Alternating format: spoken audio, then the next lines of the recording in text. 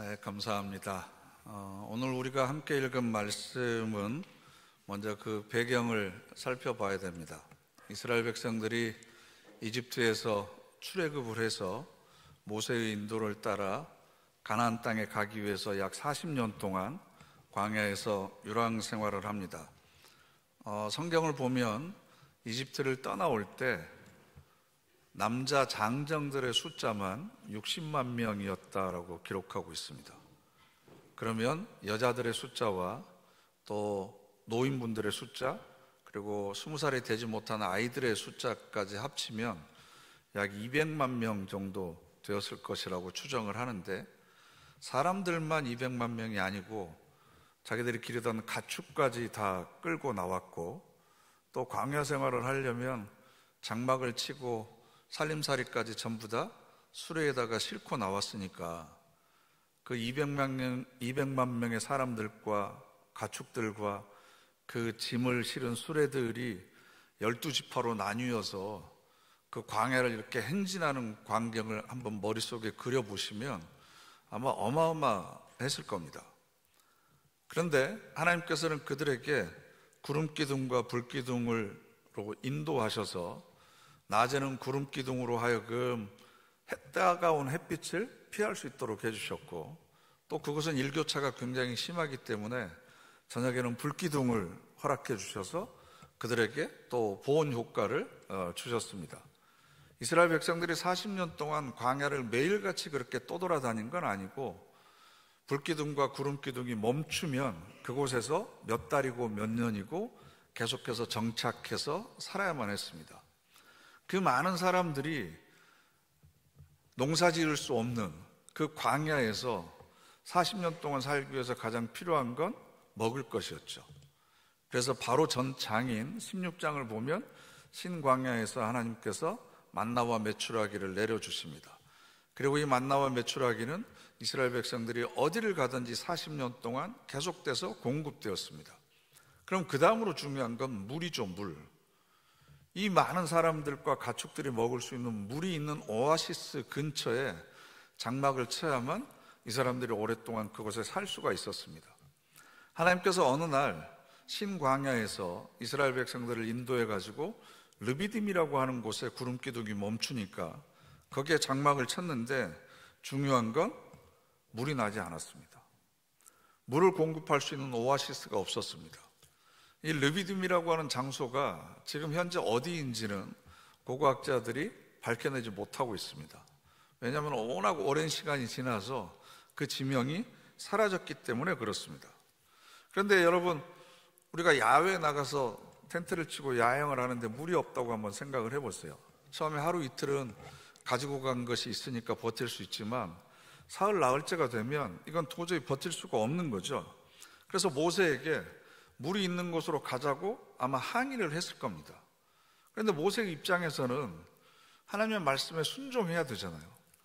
구름기둥이나 불기둥이 옮기면 그것을 따라서 이동을 해야지, 지금 있는 곳이 조금 불편하다고 해서 하나님의 인도하심을 무시하고 우리가 우리 나름대로 살 길을 찾는다, 이건 하나님에 대한 불순종이지 않느냐.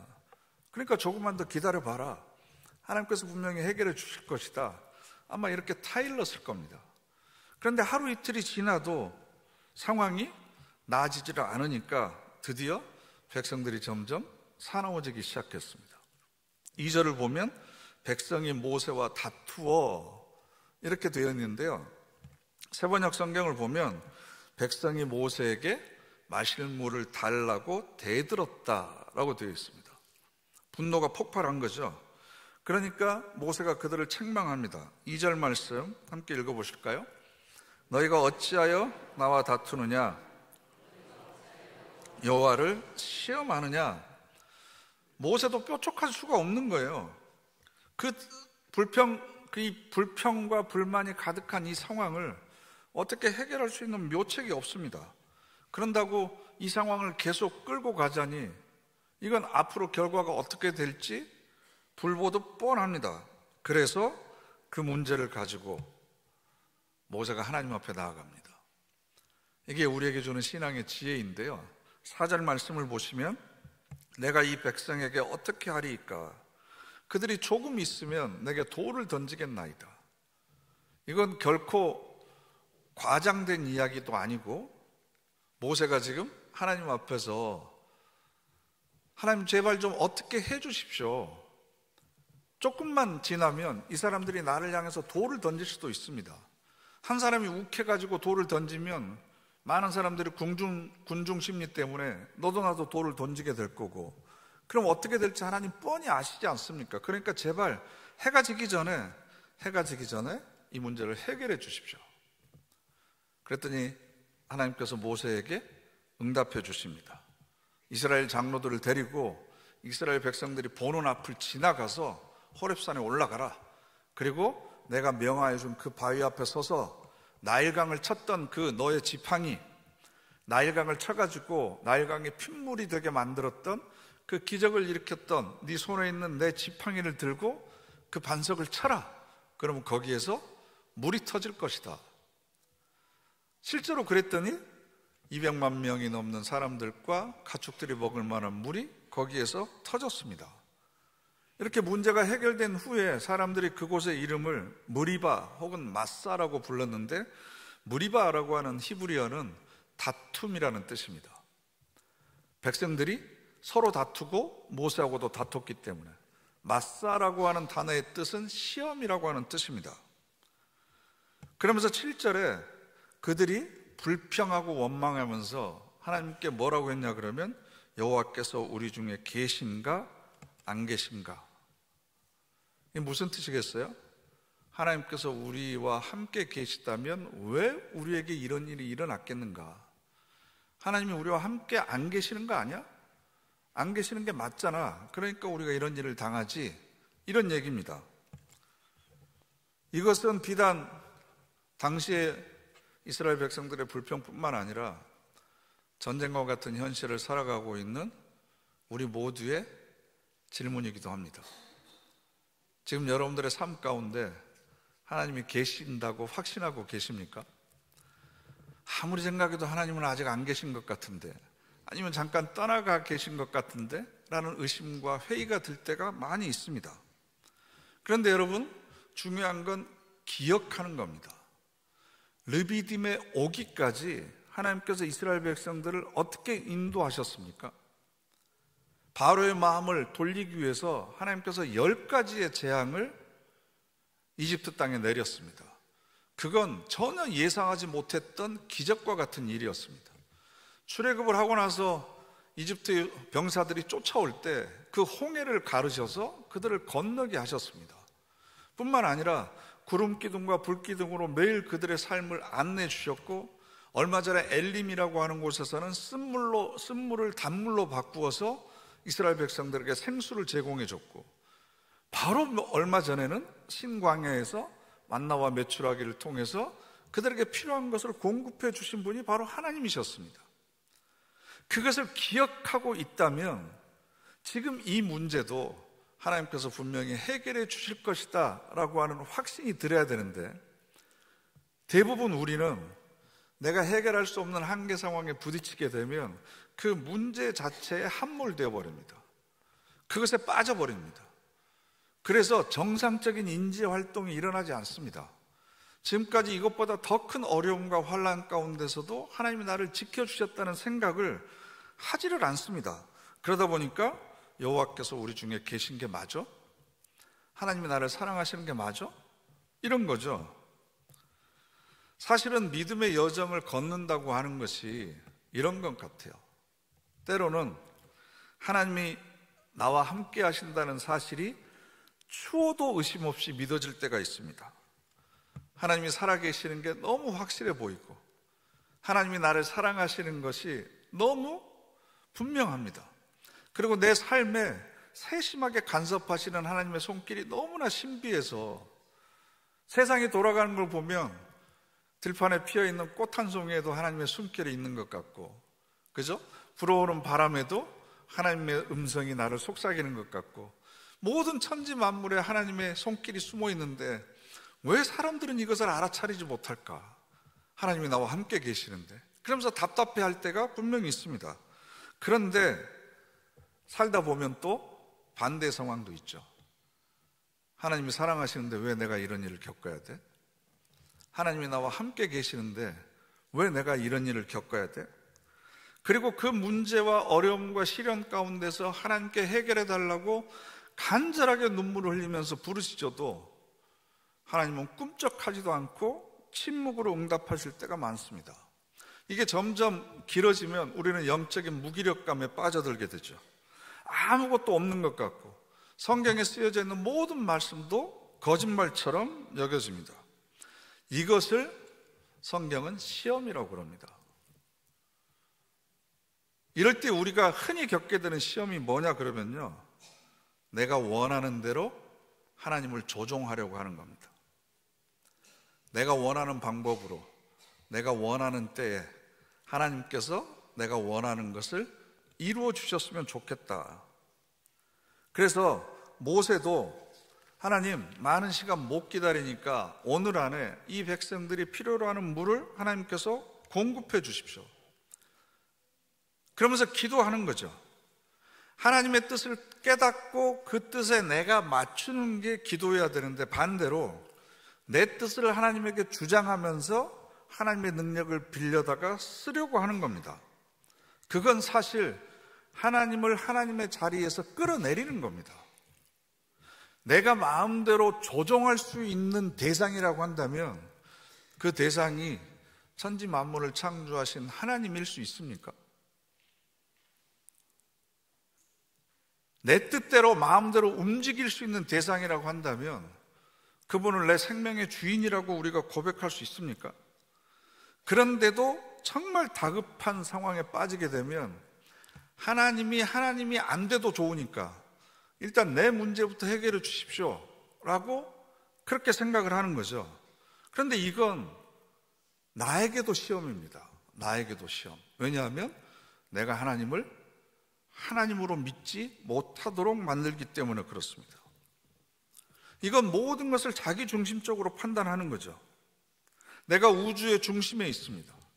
내 욕구와 내 욕망을 이루는 것이 하나님께서 원하시는 것이라고 생각합니다. 그래서 내가 하나님의 자리에 앉아서 모든 것을 판단합니다. 이런 성향들이 우리 안에는 너무나 자연스럽게 유전자 속에 배어 있는 것 같아요. 제가 신학 공부를 할 때도 구약 성경에 나와 있는 하나님에 대한 묘사를 보면 굉장히 잔인한 면이 많이 있잖아요. 이스라엘 백성들이 가나안 땅을 들어갈 때 그곳에는 이미 정착해서 살고 있는 사람들이 있었습니다. 430년 전에는 아브라함과 이삭과 야곱, 자기들의 조상이 살았던 땅이지만 애굽에서 포로 생활을 430년 동안이나 했어요. 그리고 다시 돌아왔어요. 그럼 그동안 여기서 정착하면서 살고 있었던 다른 민족들이 있었잖아요. 그런데 하나님을 믿지 않는다는 이유로 이스라엘 백성들을 통해서 무자비하게 진압하고 살육합니다. 전쟁의 신 여호와로 칭송을 받습니다. 그 갈등이 수천 년을 내려와서 지금도 중동 지방에서 여전히 그 갈등이 이어지고 있는 거죠. 그래서 어떤 사람들은 구약의 하나님은 우리의 신앙의 대상이 아니다. 구약의 하나님은 유대교가 믿는 하나님이고 기독교는 신약의 하나님만을 믿어야 된다 라고 이야기하는 사람들이 있습니다. 논리적으로 보면 맞는 것 같지만 여러분 곰곰이 생각해 보면 그 생각의 밑바닥에는 뭐가 있냐 그러면 하나님은 그렇게 잔인하게 이방 민족들을 전멸시키고 이스라엘 백성들을 그곳에 정착시켰지만 내가 하나님이라고 한다면 나는 그렇게 안 할 거다. 나는 좀 더 사랑과 자비와 은혜를 베풀 거다. 전쟁을 하지 않고 유화 정책을 써서 이주민이었던 이스라엘 백성들이 그 가나안 땅에 자연스럽게 잘 정착할 수 있도록 해야지 그렇게 전쟁을 통해서 무자비하게 사람들을 죽이고 이스라엘 백성들을 가나안 땅에 정착하게 하는 하나님이 사랑의 하나님이냐? 그 얘기는 내가 그 자리에 있으면 하나님보다 내가 더 잘할 수 있다라는 겁니다. 이게 바로 교만입니다. 하나님의 자리에 내가 앉고 하나님을 끌어내리려고 하는 겁니다. 하나님이 무슨 방법으로 어떻게 하시든지 그 방법에 대해서 내가 판단하고 평가하는 겁니다. 재단하는 겁니다. 그러면서 내가 그 위에 올라가려고 하는 속성을 우리가 너무나 가지고 있습니다. 이게 믿음 생활을 하는 데 있어서 가장 큰 시험이거든요. 내 목적을 위해서 하나님을 이용하는 것이 믿음이 아니고 하나님의 뜻에 순종하는 것이 우리가 추구해야 될 믿음입니다. 나에게 좋은 일이 일어나면 하나님이 있고, 나에게 안 좋은 일이 일어나면 하나님이 없고, 나를 중심으로 인해서 하나님의 존재 여부를 결정하는 것이 아니라 나에게 어떤 일이 일어나는지, 그리고 눈에 보이든지 안 보이든지 그분을 신뢰하면서 걸어가는 것, 불확실성, 그 부정성에 내 몸을 맡길 줄 아는 것, 이게 바로 하나님께서 우리에게 요구하시는 믿음입니다. 하나님을 시험하는 것은 분명 잘못된 일입니다. 그런데 곰곰이 생각을 해보면 육신의 한계를 가지고 있는 우리 인간이 그렇게 하나님을 의심하고 회의하고 불만을 터뜨리는 건 어떻게 보면 자연스러운 일 아닌가요? 하나님이 안 보이시잖아요. 손에 보이지도 않잖아요. 그리고 이해할 수 없는 일들이 수없이 일어나는데 왜 이런 일을 내가 겪어야 되는지 이유를 설명해 주시지는 않잖아요. 그리고 내가 앞으로 어떤 길을 걸어가야 될지 미리 제시해 주지도 않지 않습니까? 내 인생의 마지막이 결국 어떻게 될지 가르쳐 주시지도 않아요. 여기까지가 너의 목적지인데 지금 이 정도 가고 있다, 이렇게 설명을 해주면 아무리 우리가 어렵고 힘들더라도 하나님께서 함께 하시는구나, 이렇게 힘을 내서 갈 텐데, 때로는 생각해보면 하나님이 너무나 불친절합니다. 그렇기 때문에 우리는 하나님이 과연 존재하시는가, 하나님이 정말 나를 사랑하시는가라고 하는 의심을 할 수밖에 없습니다. 그러니까 그런 의심이나 불만이나 회의가 여러분 마음속에 찾아온다고 하더라도 그것 때문에 여러분 너무 자책하거나 죄책감 갖지 마시고 실망하지 마세요. 모든 믿음의 위대한 선열들이 다 그런 삶의 과정들을 겪었습니다. 그런 과정들을 겪으면서 우리들의 신앙이 성장하는 겁니다. 그런데 오늘 이 사건을 통해서 우리에게 가르쳐 주는 건 그렇게 하나님의 존재가 의심될 때 우리가 해야 되는 일이 뭔가라는 겁니다. 그게 바로 기도의 자리로 나아가는 겁니다. 모세가 그랬던 것처럼. 그래서 자기가 정말로 원하는 것이 무엇인지 하나님 앞에 털어놔야 됩니다. 하나님께 불만이 있으면, 그리고 불평이 있으면 털어놔야 됩니다. 모세는 하나님, 저 사람들이 나를 돌로 쳐 죽일 것 같습니다. 두렵습니다. 심히 떨립니다. 나는 이렇게 약하고 겁이 많은 사람입니다. 강한 척 하지 않았습니다. 그리고 빨리 이 문제가 해결되었으면 좋겠습니다. 그래야만 하나님께서 영광을 받으실 것 아닙니까? 라고 지금 하나님 앞에 모든 걸 고백하는 거죠. 기도할 때까지도 모범생이 되려고 하지 마십시오.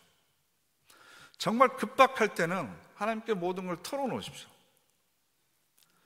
어떤 분들은 또 그런 얘기를 해요. 아니, 모든 걸 알고 계시는 하나님이 내 속마음도 알고 계실 텐데 굳이 내가 뭐하러 또 그걸 또 얘기를 해야 됩니까?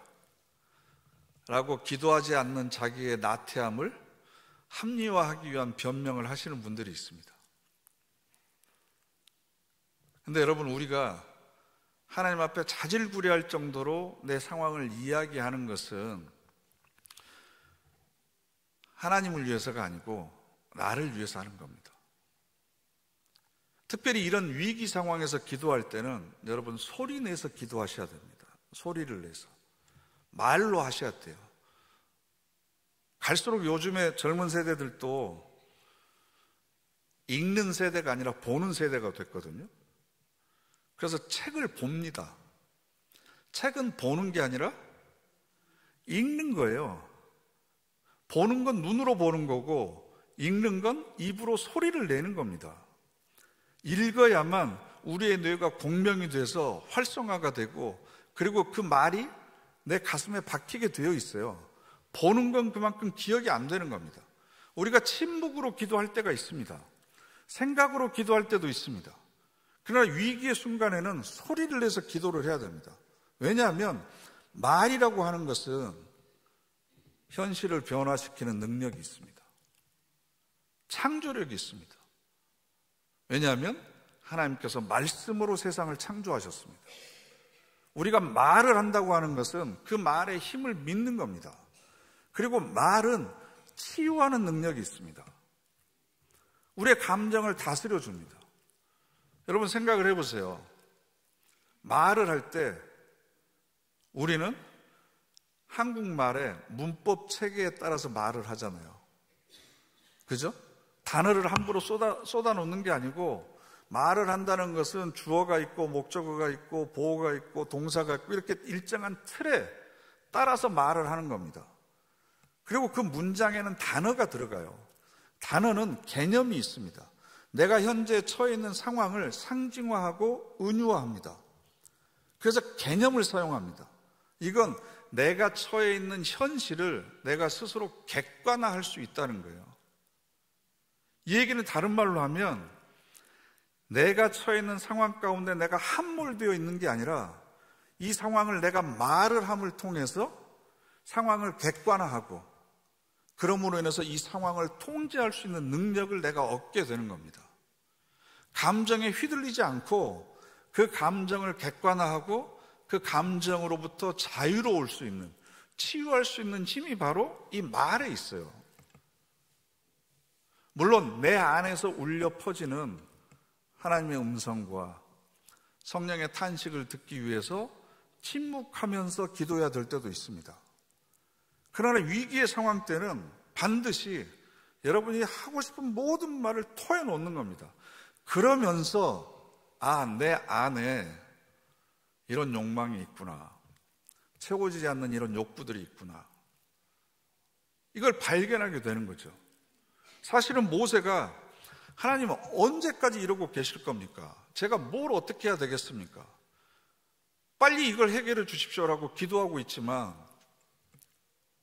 모세의 마음속에, 이건 제 추측입니다, 하나님 왜 저를 리더로 세워놓고 이런 일을 당하게 하십니까?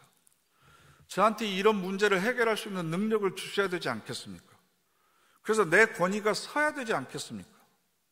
라고 하는, 자신을 더 높이려고 하는 욕망도 있었을 것이고, 사람들로부터 인정받고 싶은 욕구도 있었을 것이고, 이 위험한 순간에서부터 자신의 안전을 먼저 도모하려고 하는 그런 욕구도 있었을 거고, 그걸 얘기하면서 스스로 깨닫게 되는 거죠. 내 안에 이런 욕망들이 있구나. 내가 하나님의 영광을 위해서, 하나님의 일을 위해서 한다고 하지만 여전히 내 안에는 이런 이기적인 죄악된 본능들이 끊임없이 도사리고 있구나.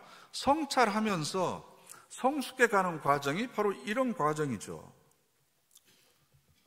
그런데 곰곰이 이 사건을 한번 생각을 해보세요.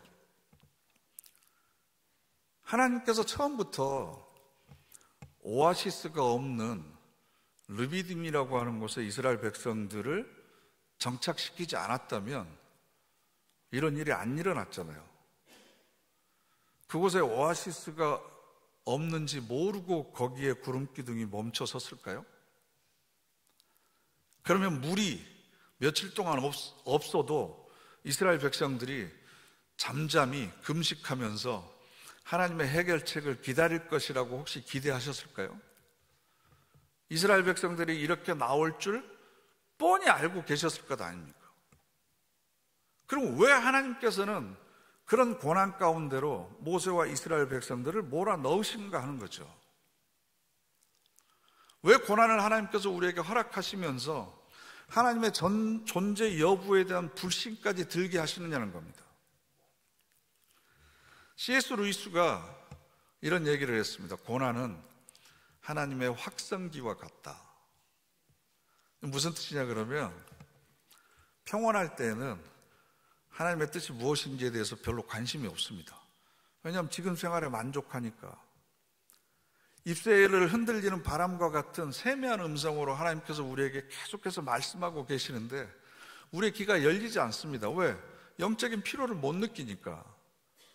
그러니까 하나님께서는 우리의 영혼을 깨우기 위해서 고난을 주시는 거예요. 바로 귀 옆에다 대고 확성기를 대고 크게 소리치는 것처럼 우리의 영혼을 깨우시는 겁니다. 내가 지금 어디를 향해서 걸어가고 있는 건지, 정말로 하나님께서 나에게 원하시는 것이 무엇인지, 내가 지금 평안할 때는 하나님의 인도하심 가운데 잘 살고 있다고 생각하지만 조금만 어려움이 있어도 하나님이 계신지 안 계신지 불만을 터뜨릴 수밖에 없는 그런 얕고 가난한 신앙을 가지고 살아가고 있다는 것을 깨닫게 하시는 거죠. 그래서 우리가 이 믿음의 여정을 걸어가다 보면 때로는 좁은 길도 걷고 때로는 높은 언덕도 넘어가야 되고 빌탑길도 지나야 되고 때로는 사망의 음침한 골짜기와 같은 끝이 보이지 않는 계곡도 지나가야 됩니다.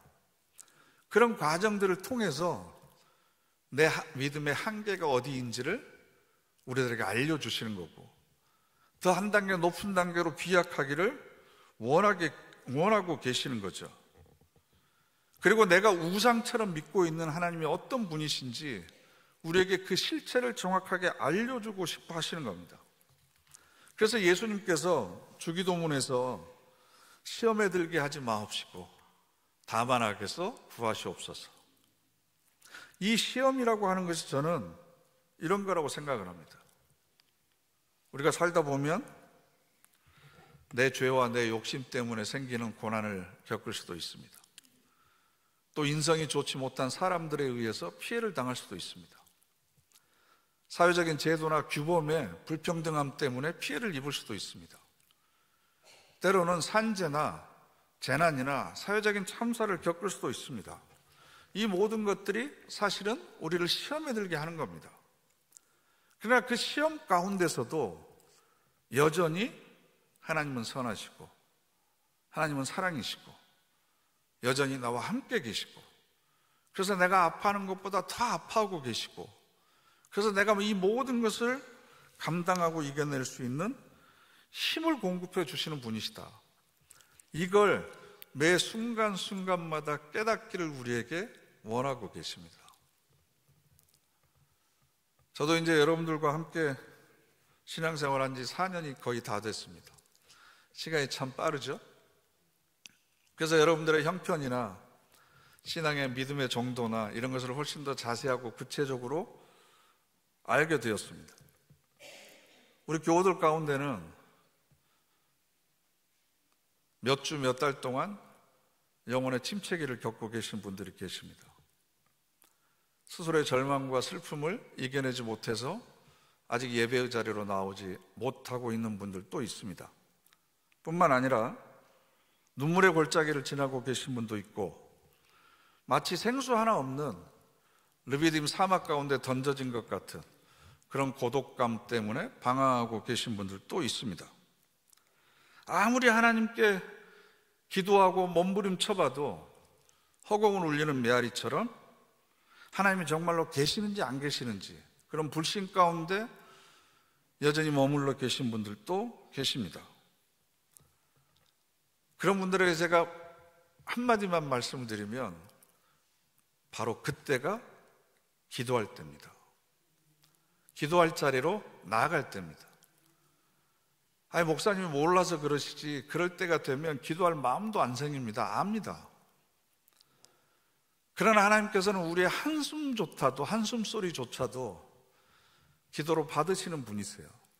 아무리 우리들의 마음이 비통하고 갈라지고 굳어져 있고, 그래서 하나님께 마음을 열 수 없는 그런 굳은 마음이라고 하더라도, 비통한 마음이라고 하더라도 그 마음을 가지고 기도의 자리로 나아가는 겁니다. 꼭 교회에 나와서 기도하라는 말씀이 아닙니다. 여러분의 삶의 처소에서 모든 걸 토해놓으십시오. 소리로, 말로 하나님께 계속해서 토해놓다 보면 그 자리에 함께 계셔서 나를 치유하고 계시는 하나님의 손길을 반드시 경험하게 될 겁니다. 그리고 그 불신의 자리가 나를 더 성숙시키는 자리이고, 의심하고 고민하는 이 자리가 하나님의 은혜를 깊이 체험하는 자리라는 그 역설적인 진리를 여러분들이 경험해 보셔야 됩니다. 정말 좋은데 어떻게 설명해 드릴 수도 없고 여러분들이 직접 몸으로 체험하시고 신앙의 어려운 순간마다 기도의 자리에서 하나님의 손길을 경험하시고, 그래서 세상이 줄 수 없는 평안과 위로로 늘 승리하는 저와 여러분 되시기를 간절히 바랍니다. 기도하겠습니다. 이 시간 우리 다 같이 합심해서 결단의 기도 드리겠습니다. 하나님, 저희들의 눈을 뜨게 하여 주시옵소서. 주님의 임재를 보게 하시고 주님과 동행하게 하여 주시옵소서. 의심과 불신과 회의의 자리가 바로 기도의 자리로 변화되는 은총을 저희들에게 허락하여 주시옵소서. 그리하여 메마른 골짜기를 지날 때마다 저희들이 흘리는 눈물이 샘이 되게 하시고, 그래서 그 샘물이 많은 사람들의 생명을 살리는 생수가 되게 하여 주시옵소서. 우리 다 같이 합심해서 결단의 기도 드리겠습니다.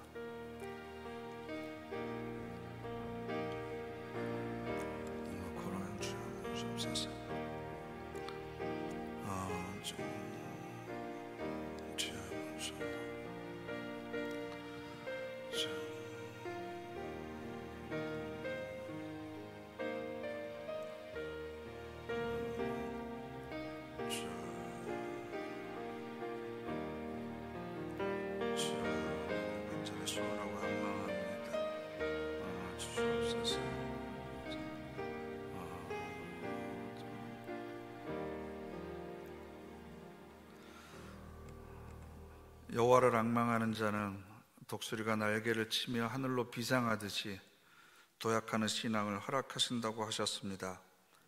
들판을 뛰어다니는 사슴처럼 비탈길도 언덕길도 초원처럼 걸어다니게 하신다고 하셨습니다. 하나님, 그 믿음의 능력을 저희들이 소유하기를 원합니다.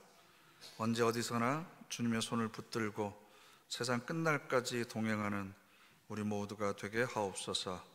예수님의 이름으로 간절히 기도드립니다. 아멘.